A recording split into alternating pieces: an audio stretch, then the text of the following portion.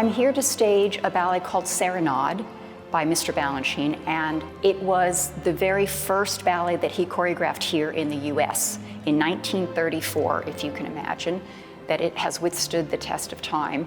And it's a beautiful, beautiful ballet set to Tchaikovsky's Serenade for strings.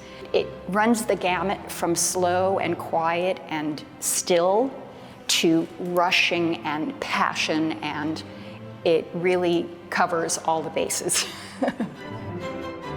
In particular, the music, I think, really lends a real mood to each section, and I think Mr. B really captured that mood in the movement.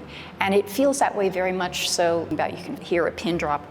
Even for the dancers, there is that very intense sort of focus that you have from the very beginning of the ballet until the curtain goes down at the end.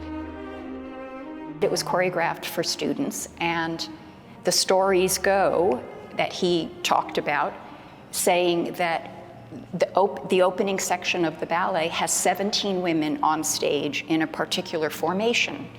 And you look at it and you go, how did he figure that out for 17? 16, you'd have 4 lines of 4 or 2 lines of 8, but 17, and it's a particular formation that works so perfectly. But then other sections, he only had 15 women. Or one time a woman was late to the rehearsal, and he incorporated that into the choreography. One time a woman fell to the floor. That's in the choreography as well. And I think that that is just such a genius way of creating. Like, he just made do with what he had. Unlike big major companies now that have hundreds of dancers and you can pick and choose who you want, he had to use what was available to him and on what day. And I think it's also another reason why there's so few men in Serenade, because he didn't have a whole lot to choose from. But I think that's a really interesting point, that he just made do with what he had and created this masterpiece.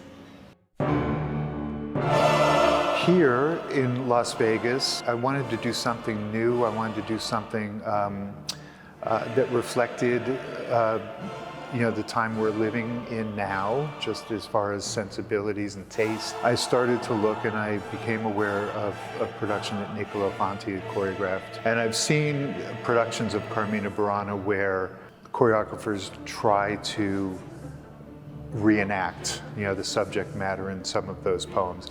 And Nicolo didn't do that. He's very familiar with the poems. He certainly studied them, but he didn't do a narrative ballet. He really, I think, wanted to reflect the music. The choreography just reflects both the power and the emotion of this score. 18 dancers, 75 singers, 3 vocal soloists that come in and out, and full orchestra. It just lifts the whole theater off the ground. It literally lifts the whole theater off the ground. I've actually programmed a different production of Carmina, but a Carmina and Serenade together before, and the first connection for me is the music. And if you look at it on the surface, you might, we're talking about Tchaikovsky and Karl Orff. In a lot of ways, you think they're very separate, and they are, but they're very complementary. Serenade is string, Carmina is percussion, right? It's boom, boom, boom, boom. So to put those next to one another and see the different dynamics in creating something that's really, in their own ways, very melodic and very moving, very different, but really not that different, really alike in a lot of ways. And the other thing I like about it is that they're not narrative ballets. It really is a representation of the music through movement. It's an easy diet, right? And that's not diminishing the work by any means. They're both really strong, powerful works of art. But you can just come into the theater and kind of let it wash over you, and you'll leave feeling really energized and refreshed and invigorated.